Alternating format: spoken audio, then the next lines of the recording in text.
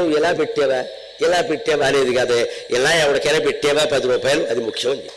ఏ బొట్టు పెట్టకపోయినా పర్వాలేదు, బొట్టు ఇక్కడ ఏమిటి, దేనికోసం బొట్టు అనేది ఆజ్ఞాచక్రానికి సంకేతం. బొట్టు ఎందుకు పెట్టుకోవాలి, ఆడ మగ అందరూ సతంతు వితంతు భేదం లేకుండా అందరూ బొట్టు పెట్టుకోవచ్చు, శాస్త్రం తెలిసి చెబుతున్నా. వితంతువులు కూడా శుభ్రంగా బొట్టు పెట్టుకోండి. ఎవరైనా పెట్టుకోమంటే గరికిపట్ట ఈశ్వరరావు గారు పెట్టుకోమన్నారని చెప్పండమ్మా, ఆ పుణ్యం నాది, పెట్టుకోండి.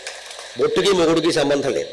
వితంతువులేమో పెట్టుకుందుకు లేదు అని బాధపడుతున్నారు. ఉన్నవాళ్ళు కాలేజీ అమ్మాయిలు మొత్తం తీసేశారు. పెళ్ళైన వాళ్ళు కూడా విచిత్రం, ఇంట్లో పెట్టుకుంటారు. ఆఫీస్కి వెళ్ళేటప్పుడు కనిపించకుండా పెళ్లినాడు అరుంధతి నక్షత్రం లాగా పెడతారు. కనపడితే ఎవరన్నా ఏమంట, మరి ఏమండి ఇతర మతాల వారెవరికి వారి చిన్నాలు మెళ్ళ వేసుకుని ఆఫీసుకు తిరుగుతున్నారే, వాళ్ళ ప్రార్థనల కోసం పూజల కోసం గంట పర్మిషన్ ముందు పెట్టుకుని వెళ్ళిపోతున్నారే, వాళ్ళు ఎవరికీ లేనటువంటి నామోషి మనకెందుకు వచ్చిందండి హిందువులకి? మన చిహ్నాలు మనం ధరించడానికి, మన బొట్టు మనం పెట్టుకోవడానికి మేము హిందువులం, మేము హిందువుల్లాగే జీవిస్తాం, హిందువుల్లాగే మరణిస్తామని చెప్పవలసిందే ప్రతి హిందూ.